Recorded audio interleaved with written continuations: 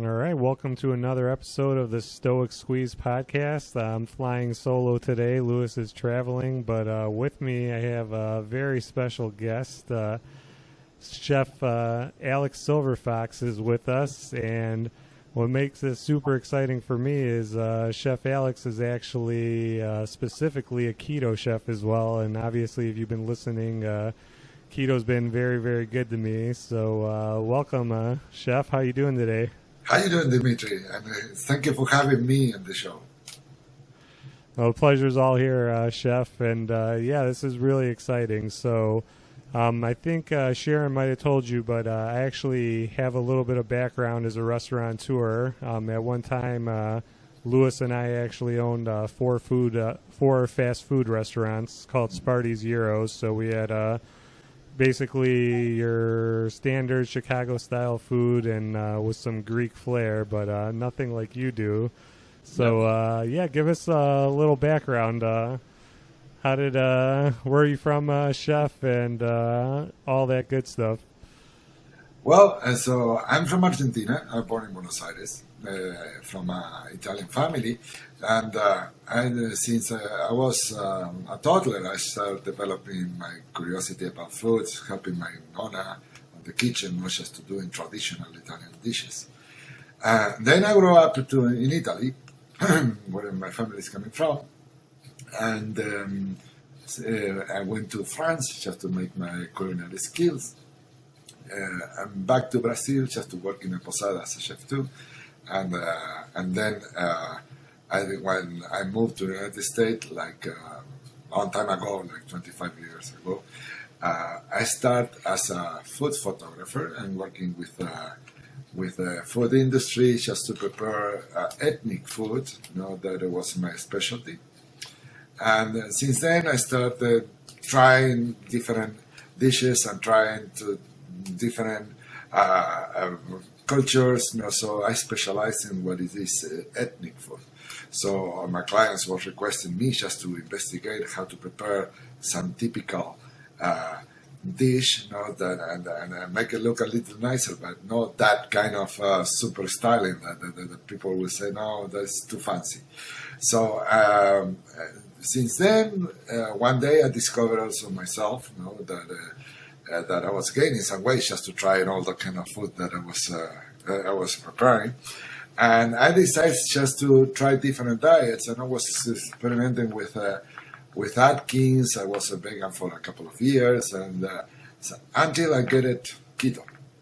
When I started with keto, I lost like 75 pounds.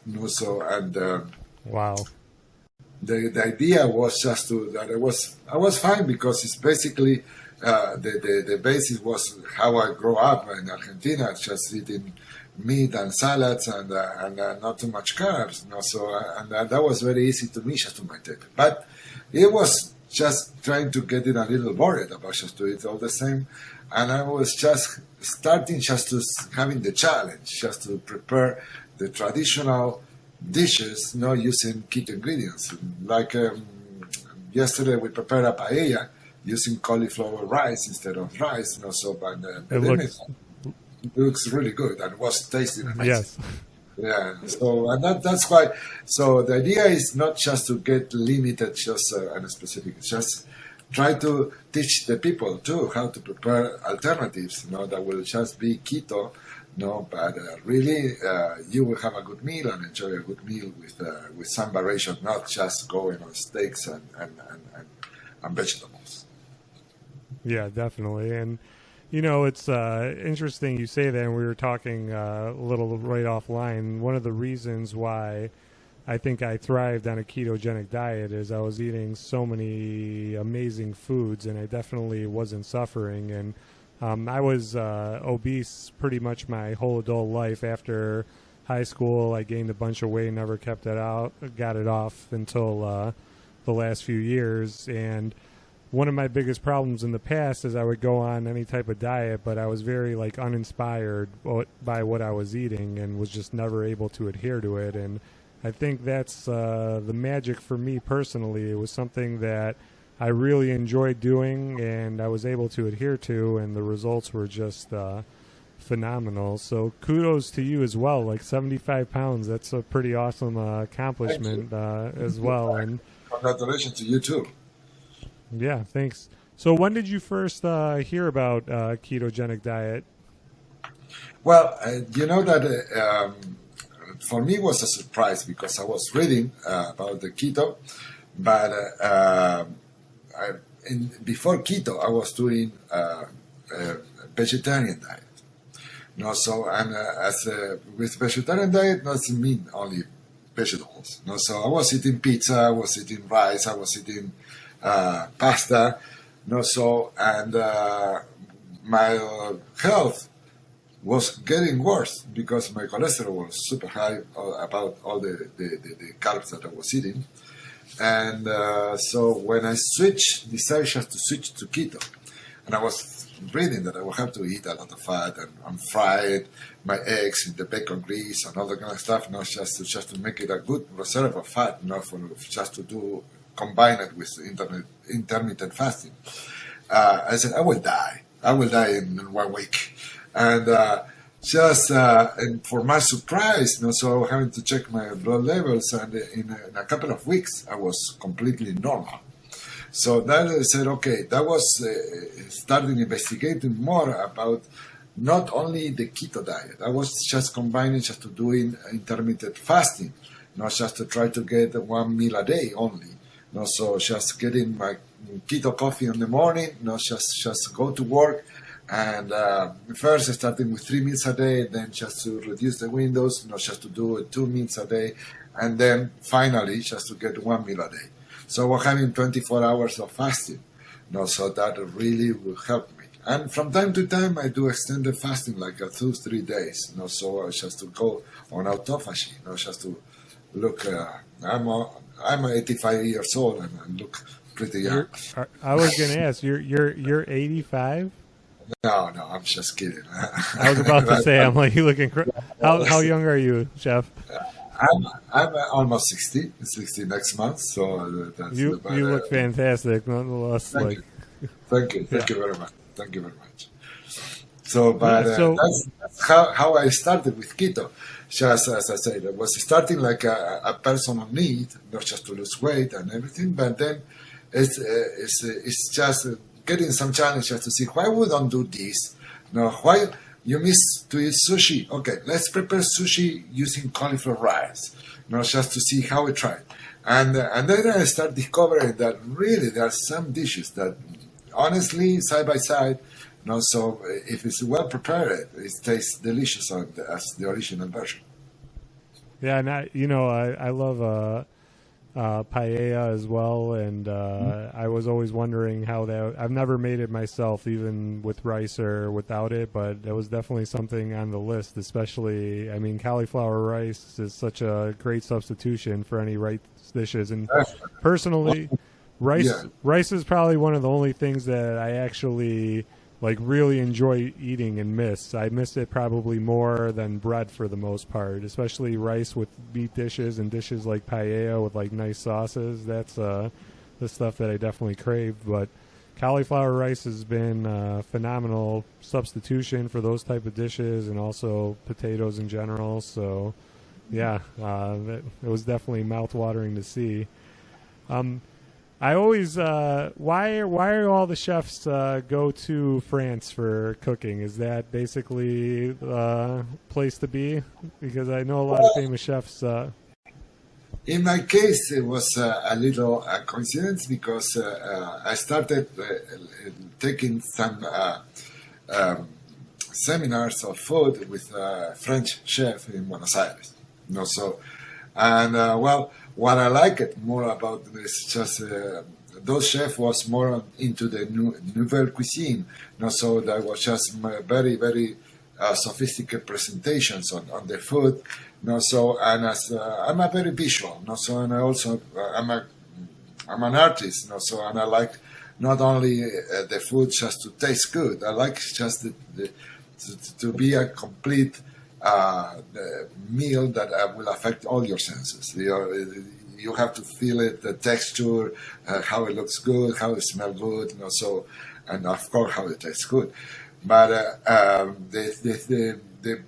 then I was having family in France too, so and I was having some business there, and that's why. So I just was traveling just to visit my family, or just keeping my business running, and I decided just to go and take some deeper skills on the French cuisine. But basically, it's not that I'm an advocate to the French cuisine. I like the traditional French, so more than the nouvelle cuisine.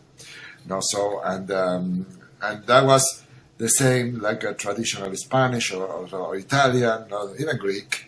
So that's something that I like, just to try to get those kind of dishes and prepare it in a way that it will be more healthy. But I same like you. So you have that thing with the rice. So to me, you can imagine I'm almost Italian. So that is my pasta is pasta. So, but I also use almond flour. I use substitutes. But from time to time, I want to go to the Nona's recipe and prepare something traditional too. Yeah, absolutely. And one of the things that I've learned with the weight loss journey and such is, I had a very serious problem, and it sounds like for a while there you had more of a, well, I guess I own fast food restaurants, so it came with the territory. Eating that stuff like nonstop was definitely not good for me. And we always joke, like, being a real chef and being able to cook like amazing foods, it's pretty hard to, keep slim and trim, but when you have it under control and when you're healthy in general, like having pasta here or there, or bread or anything for that matter, is not going to adversely affect you. It's when you have it constantly over and over again and such. And for someone like myself who had a very serious problem, I did very well with keto, where I was super strict. The whole year of 2019, I did not break at all. I basically measured my ketones every single day. I was in ketosis every single day, and I was able to thrive on that,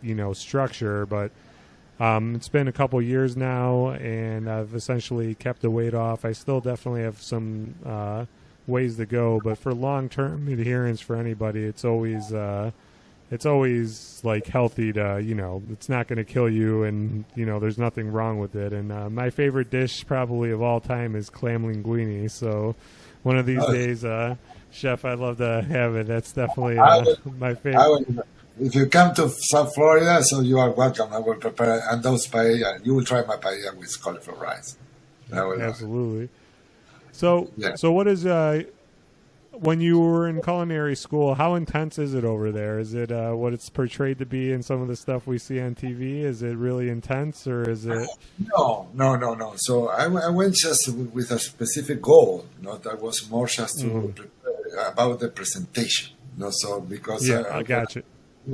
So I was having my background, not just doing my culinary. So I was not needing on the basic, not just for cooking, but I was just more oriented just to do it, what is on the presentation and the food styling.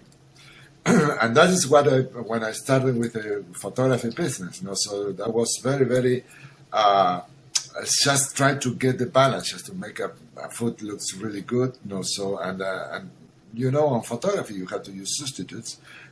Back on those days, there was not LED, there was halogen, so, and maybe if you need just to shoot an ice cream, you have to use mashed potatoes just to make it look an ice cream, because the ice cream will melt. So, and that's with all those challenges, so this is where I merged my culinary skills, not just because you need just to be a little bit more than a chef, just to see how to prepare the food, how the original food must look like, and then use resources just to make the picture look good. So and sometimes, it's better just to shoot a turkey raw and paint it with caramel than to get it out of the oven, everything wrinkled when it started dehydrated. So that was my passion, just to see how to prepare the food just to look good. And I don't have complaints about my everyday dishes neither. So even if it's for me, I like just to have a dish well presented, even when I have to eat. Prepare my breakfast in the morning. So I don't want just to see that. As I mentioned, I started enjoying my food with my eyes. No, so and then that is where okay, this is the first impact that I have is just appreciated looking at the dish. No, and if the dish looks delicious, I'm pretty sure that if you cook good, then also the people will be satisfied about the taste and about the smell and everything about it. Yeah, absolutely. And I mean, I think Europe was probably ahead of the curve compared to the United States, but especially in probably the last 20, 30 years, it's caught up a lot, and obviously a lot of European influence as well to the art of it. Do you, when you, in your earlier years, especially, obviously it's easier with, all the technology that we have nowadays, but did you work then primarily for like publications and stuff, or in restaurants, or was this the pictures just your own side thing? Yes, so I was working, as I mentioned, for manufacturers, so even providing my recipes just to go in an industrial size, so. But then as a chef, I was working as a personal chef. So I was just handling, and also I paid my career cooking, and invited my classmates and the principal and everything just to come and eat, and I was removing the doors of the house just to make tables, so and I was cooking for 60, 80 people every month, so just one night. That is a traditional pasta that we would cook. So, but that is, I was having my experience, like making more like a entertainment show with the kitchen. So when I was doing that, my personal chef or those meetings, just where I have a lot of crowd, I like just to make all the people participate and cooking with me. So that is something that the people feel more integrated what is happening in the kitchen, in a real kitchen. So and I said, well, what? So we will prepare now for could be 6 people, could be 20 people, could be 200 people. So the idea is when the people just participate in the elaboration, they enjoy it. And as I mentioned, it's not just a dinner; it's just like kind of entertainment dinner. Absolutely, yeah.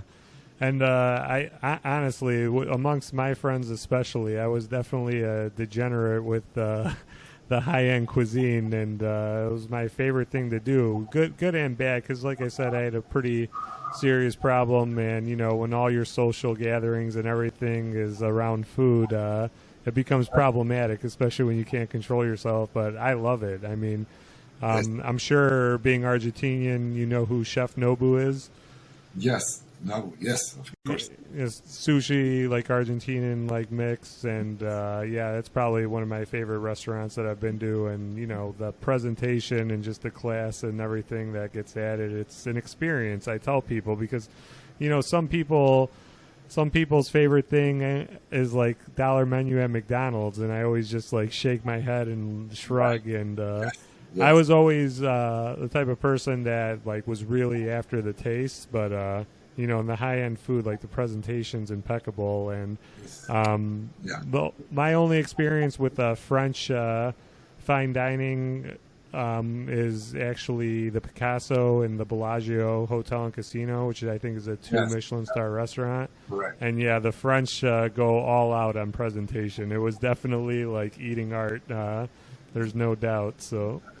That's true. Well, all the concept also of the French patisserie, that is not something that is out of the keto, because of all the sweets and everything. So they have so much style just to prepare just a vol au vent, or just to prepare a cake, or just a simple chocolate. So and they do it in a way that to me on that is nothing like the French cuisine.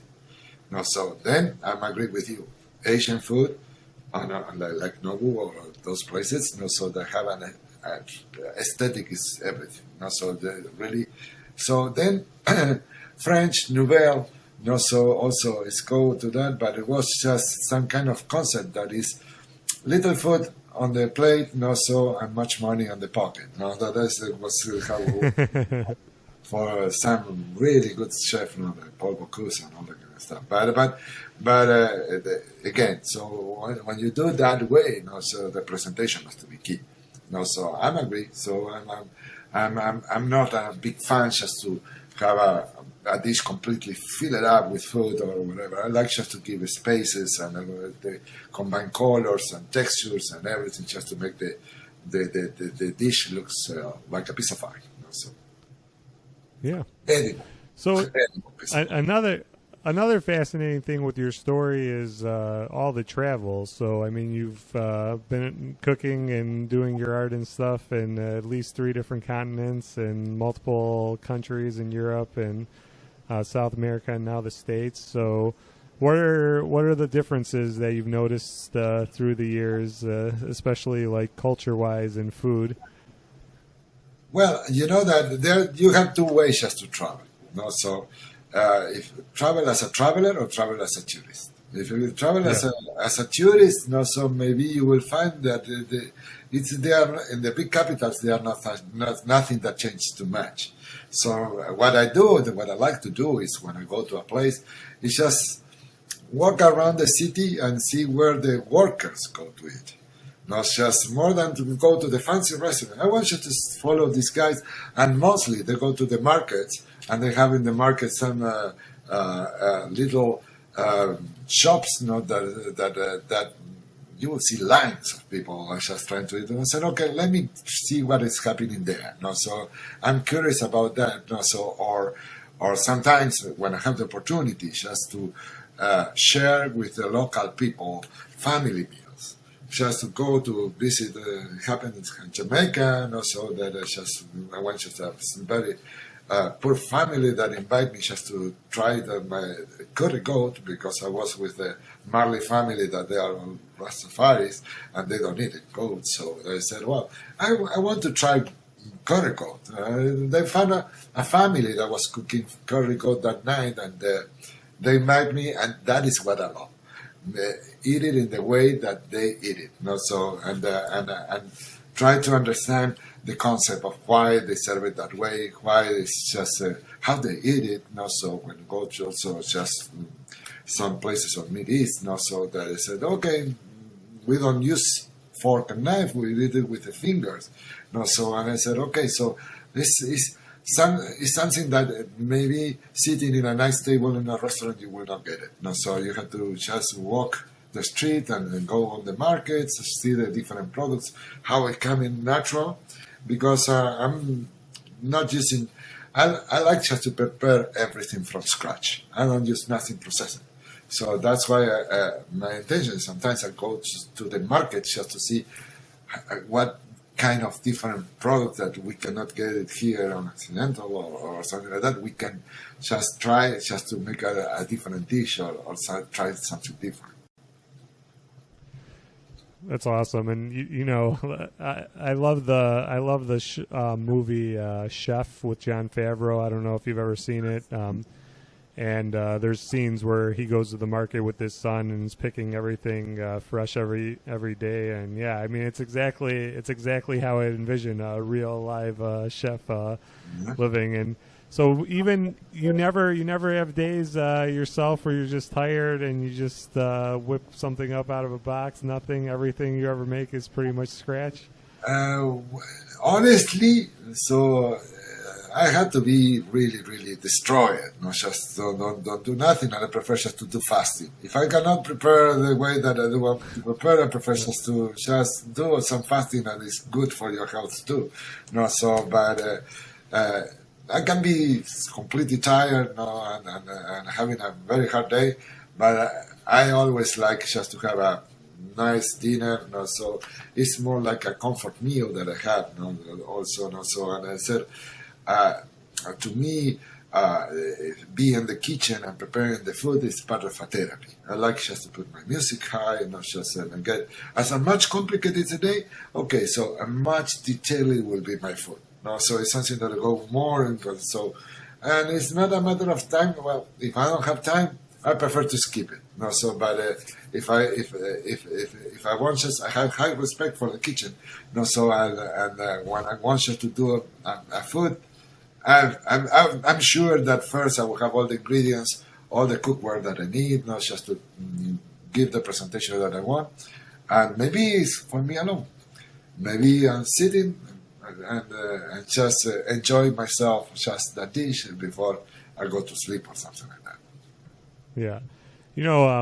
With me, in 2019 especially, I did a lot of fasting, and I would do extended fasts up to 6.5 days was my longest, and I had multiple ones that were 5 and more, and I could easily still to this day do one meal a day, no problem, and that was one of the keys that really helped me, and especially around the holidays and outings and stuff, where I would just fast if there was nothing there that I could eat that I can comply with, and it really felt like a superpower, and I think it's understated.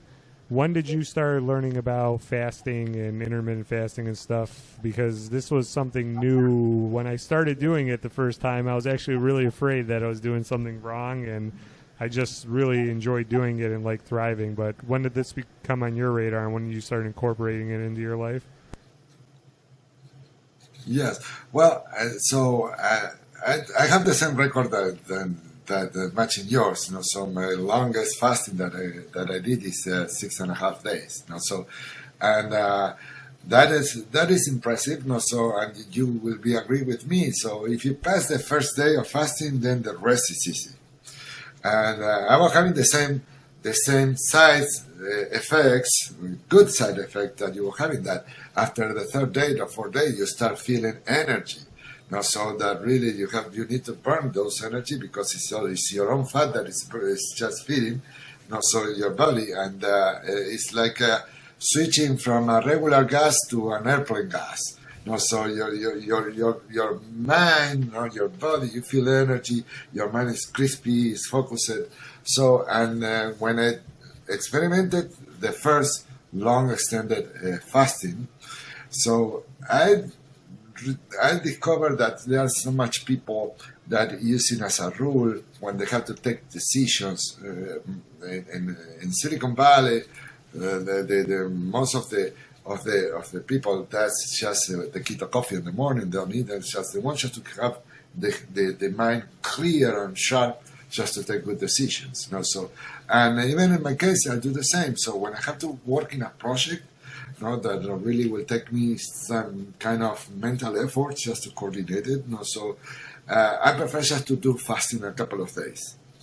So just to get it more focused, so help me on the concentration, help me on the focus. The ideas start being blowing in my mind. So and that's, to me, is one of the best benefits that I can get it from the fasting, more than you're losing weight or something like that. You will lose weight anyway, but just eating well is just it's preparing your body, not just to get it. And with keto, what was just mentioned is just how working in your mind. So that is what, to me, is the key of the keto. Yeah. And definitely, I definitely enjoyed. I mean, I came, once again, I keep saying this, but from very serious problems, and then all of a sudden, with the flip of a switch, I was doing, my first fast was 5.5 days water fast. Good. And then the last ones I would incorporate some bone broth and black coffee and tea, but I did it consistently for 6 months straight, and it felt like magic. It felt unbelievable, especially coming from the place where I was, somebody that was always constantly worried about where their next meal was coming from and everything else, to now all of a sudden you don't have to eat for multiple days at a time. Correct. Nowadays, do you do one meal a day in general? Is that are you consciously doing a strategy, or are you just basically depending on what your day calls for? Yes, usually I do one meal a day. Usually, so now I was having a little more social activities, so that's just, but that when I'm at home, just I can get it the whole morning with coffee. So and coffee that I prepare, the keto coffee, or I put butter or cream or any other one that satisfies me for the whole day. And then I have one meal very early, 4:35 p.m. So it's when I like it, and then I just continue working or going out or whatever until midnight, without problem. And I will say no. So I try to keep at least 20 hours of fasting. If I have 2 meals, I just to try at least 20 hours of fasting, get a breakfast around 11 and maybe a meal at 4 or something like that. But it's not just to get too much the window between one meal every 12 hours. No. So I just try to get it closer, and fast at least for 20 hours. So, ultimately, where do you think your biggest influences come from? Like, what style of cuisine influences you the most? Well, basically, so the most influence that I have is Italian.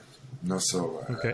I like it, but unfortunately, we have some discrepancies between the traditional Italian food, that is very based on carbs, or what I do. But you can imagine there are a lot of other Italian traditional dishes, that are totally compatible with our diet. So, like dishes like a bagna cauda, that is some kind of fondue made on cream, anchovies, butter, garlic, and you have the vegetables.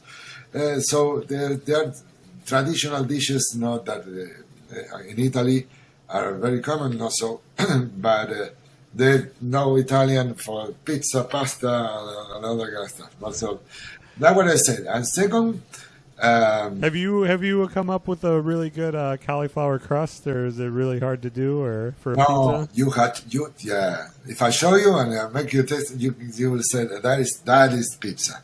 So very thin with a cauliflower crust. And really, so the secret is about the toppings and the good sauce. But really, I like it. I like it just to do it even on brick oven. So just prepare. It's a lot of work because I use really my cauliflower and make it with mozzarella and cooking everything, just to get a nice crust. But really, that it tastes and looks like a super nice pizza. That's awesome. Yeah, because I like the Quest pizzas for cauliflower. Obviously, it's frozen, and I was kind of a food snob, so I never liked frozen pizza to begin with. And I always tell people, it tastes to me just like any other frozen pizza, and I usually spruce it up with my own toppings. And pizza is something that, even as an amateur cook, like, I've never made from scratch or anything. So that's mine. But how about pasta? Is there a way to make keto pasta, or like a lower carb pasta? Or? Yes. I do traditional dishes like gnocchis or even lasagnas or pasta by itself. But there are some that looks like, but it's not like when you're just using zucchinis or stuff like that, just to make some spaghetti. But it's nice, but it's not the same. But when you prepare with salmon flour or with other substitutes, and lightly, so that is something that really you can get it the closest to the pasta. Or yes. What is the traditional pasta made out of? What are the raw ingredients? Is flour, the traditional keto, or traditional, just normal pasta. It's just the flour with the eggs, water, and salt and pepper. That's it.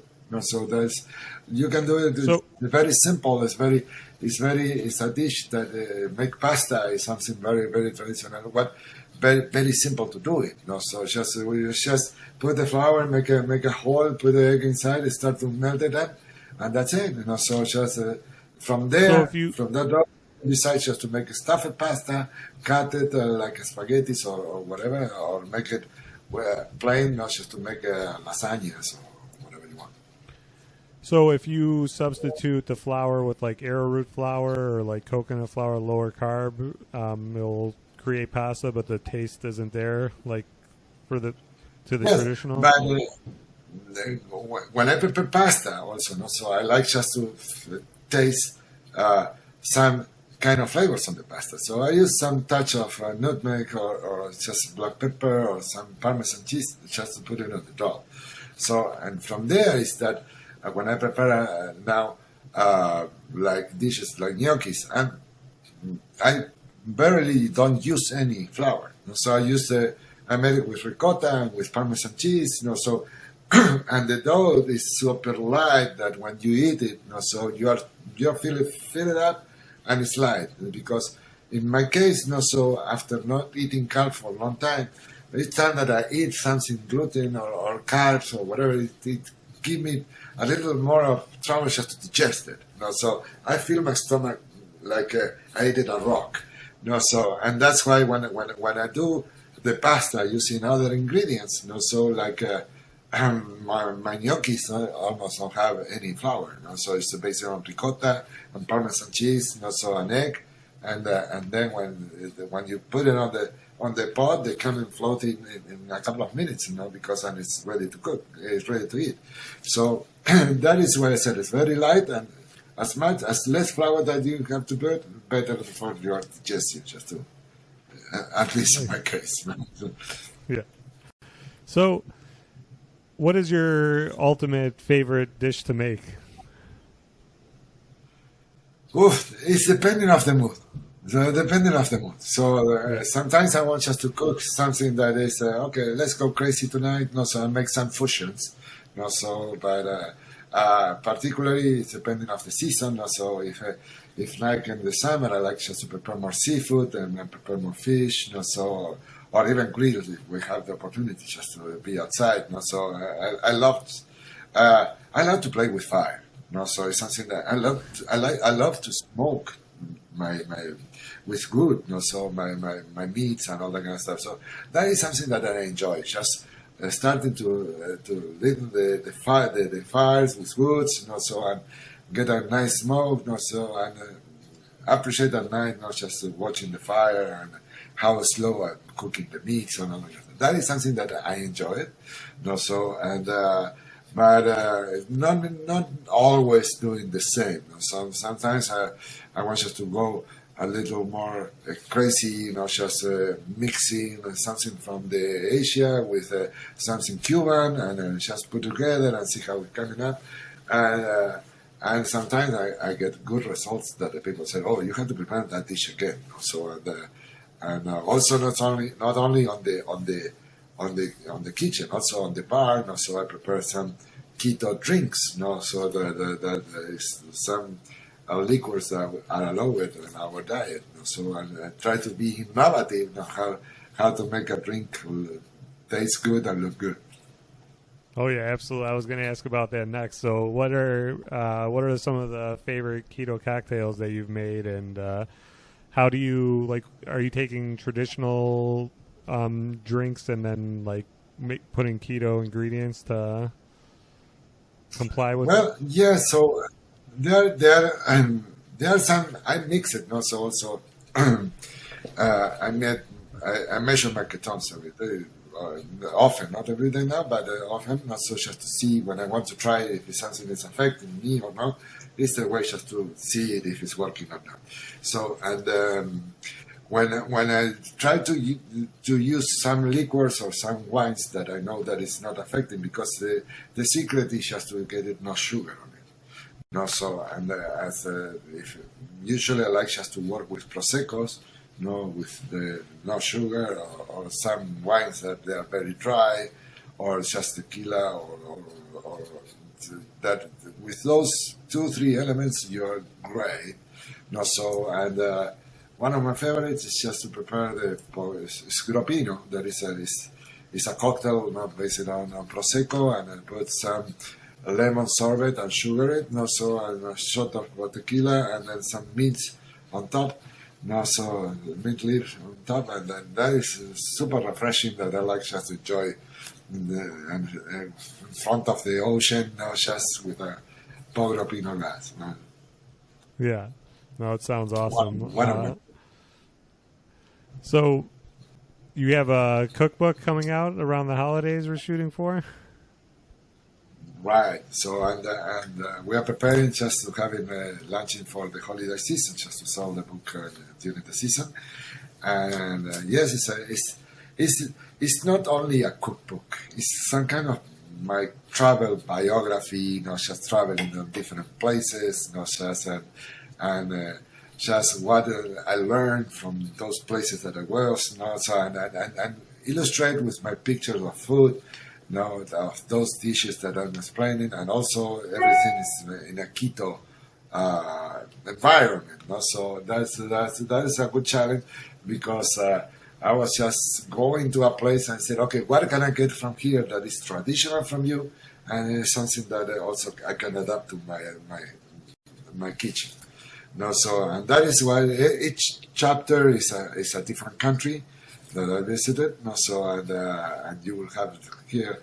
There are some stories that were happening when I was there, and how I met that person, and they invite me just to eat some kind of stuff, and then I explain that dish, how to prepare it. Very cool. And the book is going to be called Keto Kitchen? Keto Kitchen, yes. Keto Kitchen, because it's almost everything is about keto diet. Yeah. Yeah. So you said that very you were... What's that? I said that it's very motivational. So it's not only just to show you this is the recipe. No, it's about just to make you change your mind.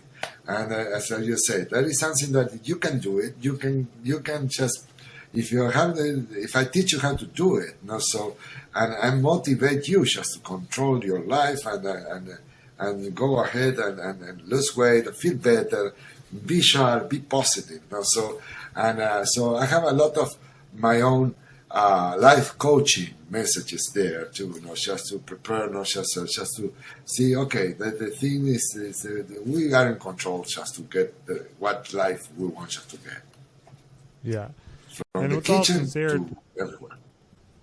Absolutely. And, this is one of the things that I believe I preach the most, and I truly believe is, especially in the United States, we do a terrible job of cooking in general, and so many people don't know how to cook. And, you can do many things very simply. You don't need to be a chef to eat, incredible food, and you just learn a few tricks, and it's going to change your life. It's going to make you so much healthier. And I think that's one of the biggest problems that we face in general. The obesity epidemic in the United States is outrageous. We talk about it a lot on the podcast, and there's no judgment coming. This is coming from someone who has struggled with it and was one of the biggest degenerate eaters and had some of the poorest habits. But I think that if people just cooked more and learned a few things and really took their health seriously, the quality of their life would change so much. So what you're doing and teaching people and showing them like a way is so important. It's not even funny. Besides eating just like delicious things and we all like love to eat, it's so much more than that. And people really need to start taking control of their health and their life. And it really could start in the kitchen. And it goes like well beyond that too, because if you really think about some of the truly like memorable times in life, it's around the dinner table. It's around talking with interesting people and your family and such. And we've lost it. People are too busy on their smartphones and getting fast food. And now it's even worse. We're getting Uber Eats and all this stuff. And like, quite frankly, a lot of things are deteriorating in the society. And like, how much can just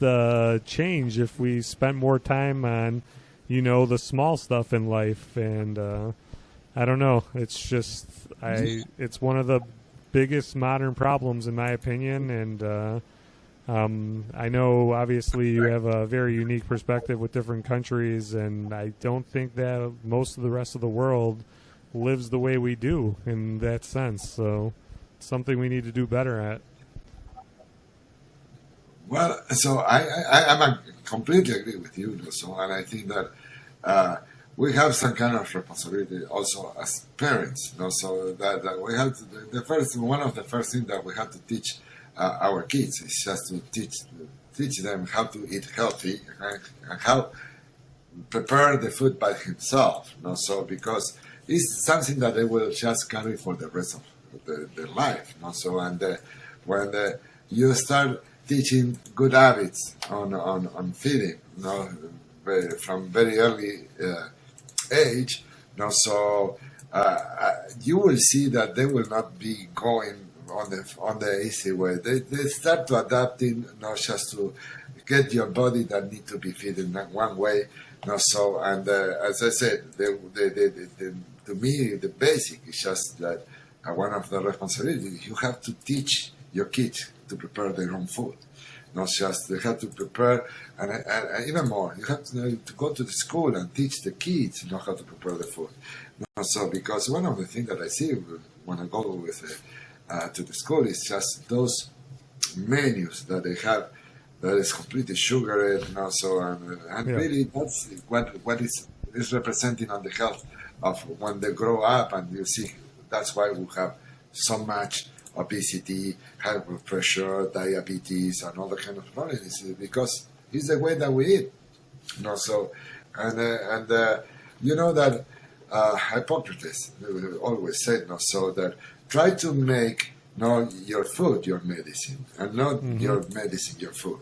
So that is a way that I think that we have to just to prepare ourselves. That if you feel bad, okay, it's easy just to go and take a pill or whatever. But there are so many nutrients that will help you just to do it, and it's in the food that really when you adapt that diet with the fasting, combine it, it's something that you will feel better. And when you feel better, you don't want why you would change. So if you're okay, you're okay. But I'm agree with you. Technology, the rush, the stress, and everything, all the deliveries of food and all the kind of stuff make the life a little more easy. But the price is a little high. I'm not talking about the price of money. The price of health also is a little high. Yeah, and I tell this people all the time. I don't know where this stereotype even came about, where the eating healthy is too expensive. I ate out all the time. I ate at fast food on the weekends. I ate at high-end restaurants and such. And I own a restaurant, so I was constantly buying food, constantly shopping, checking food prices and whatever. Eating at home is the cheapest way to eat, period. Buying like fruits, vegetables, like meats and stuff like that, if it's even a little bit more expensive, it barely is. And nowadays, like a pizza to feed like a family of 4 after delivery and stuff is going to cost like $60, like after tip and such. Like, I don't know what people are talking about. I think it's like a crazy like modern excuse. And like you said, the price, forget about the actual physical price of like the dollars and cents. How about the health? Like the health price, which once again, like health is everything. So it's funny. Like as human beings, we're just very, very short-sighted, and all the other social things that I said. I mean, I love this chef because honestly, it's amazing to the age that we live in that I can even talk and learn to you and follow you on Instagram and try to replicate some of the stuff that you create. And I just encourage like so many people to do it. They're going to get so much more enjoyment in life by living this way. And I can't encourage people enough to start, doing something and cooking more. I really think that cooking at home is where would be a great start to really turn the tide around of this health epidemic that we're suffering. So exactly. And well, you know that with this pandemic, we were having the two extremes. So we were having people that really was gaining weight, because they was doing just not eating well. But there was people that was coming and take the opportunity. They said, okay, I cannot go out. Sorry. So what I will do is just try to cook healthy because I will not be tempted just to go to the restaurant this weekend because I cannot go. So and they start discovering the alternative of the cooking at home. So that was not and as I mentioned, so just to prepare a good meal, you don't have to be a chef. So you really can prepare something nice, something easy. Basically, what I'm trying to teach, just is that you can get it from any one of my coming shows is about that. So I can go and just make a good meal with only the healthy food that you have in your refrigerator, for sure. So and believe me, eat at home healthy is much less expensive than eat on a restaurant a pizza. So you can prepare for that budget. You can prepare a good meal. So that is much better than just to go and maybe a fast food or something like that. That is toxic, right? But I respect it. So I respect everybody who wants just to go outside just to have it. And even though when you see that you have it, the people think, okay, today is I want just to get something to pamper myself, so I will have a cheat day. Okay, you can do it, but not a cheat day. Okay, just get a cheat meal. That is something fun. So that's your body will sometimes need a shock, not just to react again, but don't need just to be a cheat day or a cheat weekend. that will be just making a roller coaster with your meal. What do you think the most important characteristics you have to be a good chef? Is it attention to detail? Well, yes. I think that attention to details, but in general. So just don't go easy. So just try to get it and not just to be lazy, just to prepare the food in one way or something like that. So it's not only the detail about the presentation; it's about the detail about the flavor. So I don't have that condiment, so I will prepare anyway. No, that's what I said. So the right flavor comes from using the right ingredients. So and that's why I said the detail is not only the presentation. The detail is the flavor, is how you cook, and also how you present it. And the second thing is the capacity to improvise. So because there are people that if I don't have everything that I want just to cook, I cannot cook, I cannot do it this or whatever. So sometimes you have to go open the refrigerator and see, okay, I have 4 or 5 ingredients, what I can do with this. And that is the creativity, or the improvisation. So it's something that is really, really one of the skills that a chef has to have. And the second one is just how to solve problems, that are happening in any kind of professions. And you have to move forward. And you have to just fix it and move forward. And not say, oh, it's done. So here I bring it, and now, okay, go and buy a pizza. No, so you have to just to know how to just to fix it if something goes wrong. So that is it. The creativity plus the details, so the elaboration, and match the problem solving that we're having in the kitchen. So it's something that altogether is what is composing a good chef. Yeah. That's definitely my experience, all true, and that's the one thing, the difference between like the actual professionals and the amateur cooks, that attention to detail, and especially the like you said, improvising on the fly, especially in a real restaurant scenario. Like there's always so many wild cards that got thrown at you. This shipment didn't come in, this didn't happen, and now you got to figure out how to get the meals out. So what's coming up next for you? You have a very busy schedule. I see you doing a lot of stuff like this, also a bunch of TV shows and such. What's coming up for you, Chef Alex? Well, we were working on our seasons for our shows, and we are recording our shows. We are opening some also opening our YouTube channel too, just where you will get more of my interviews and some festivals. So we are very active, just going as a guest on I make appearance of food festivals. And be with the people, with the chef, something that I love it. And that also is part of our traveling. And planning soon just to start doing our productions overseas, also visiting different countries and just to prepare with what in the local country, some local dishes too. So the way that is keto. I'm just collecting more material for the second book and just getting product lines with my condiments and my oils and just some cookwares and so that's just making the thing trying to expose my idea and what is my philosophy about cooking, not just getting from restaurants to cook meals or stuff like that. Very nice. You going to be in Greece in September? Because I will.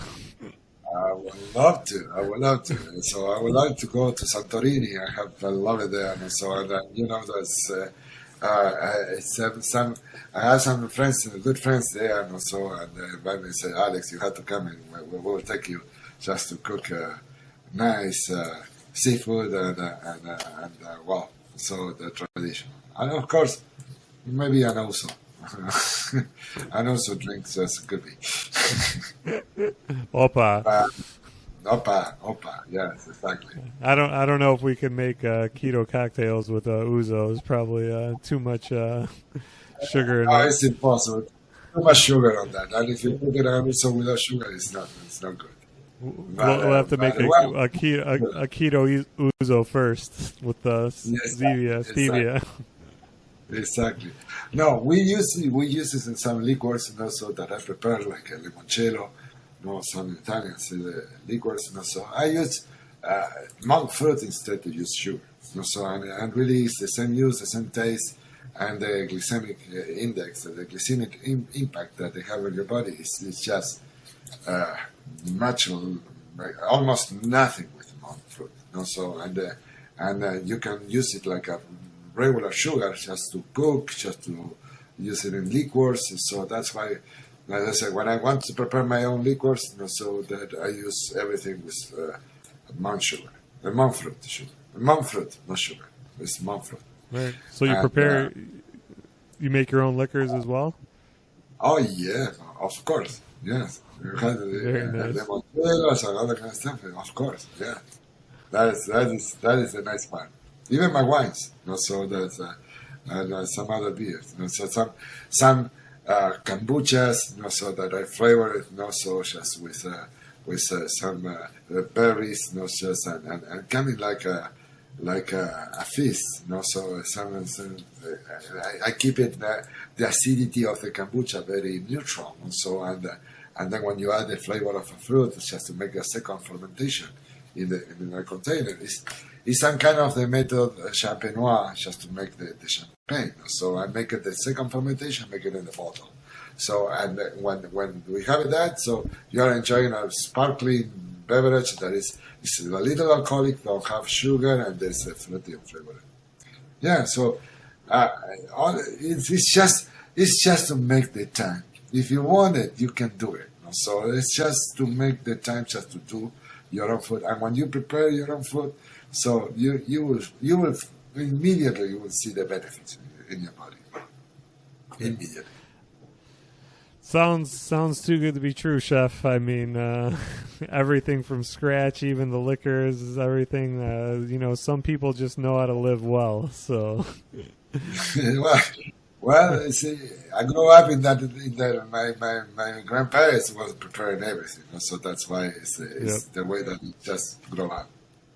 Yeah, absolutely. And like I said, this is one of there's a big cost of convenience in this modern life, and our generations and younger generations, especially in the United States, they're never even going to know what it is. Like, there's barely even any family recipes being passed down or anything, and I don't know anybody that makes their own liquor. Like, I know a couple people that dabble in beer, and my grandfather in Greece made his own wine, just like pretty much everyone else made their own wine there. And, it's just something that modern humans they're missing out on. So, well, that's awesome, Chef. Last question for you today is, what's for dinner tonight? Well, so I think that today I will prepare some steak. So there you go. some steak, just to get some nice protein, so that. But it's a little late just to get it, but I will do it, so for sure. What's your favorite steak? Well, depending, no, but in general, the ribeye. I like Too. the ribeye. It's the tastiest. It's got the most fat. That's why.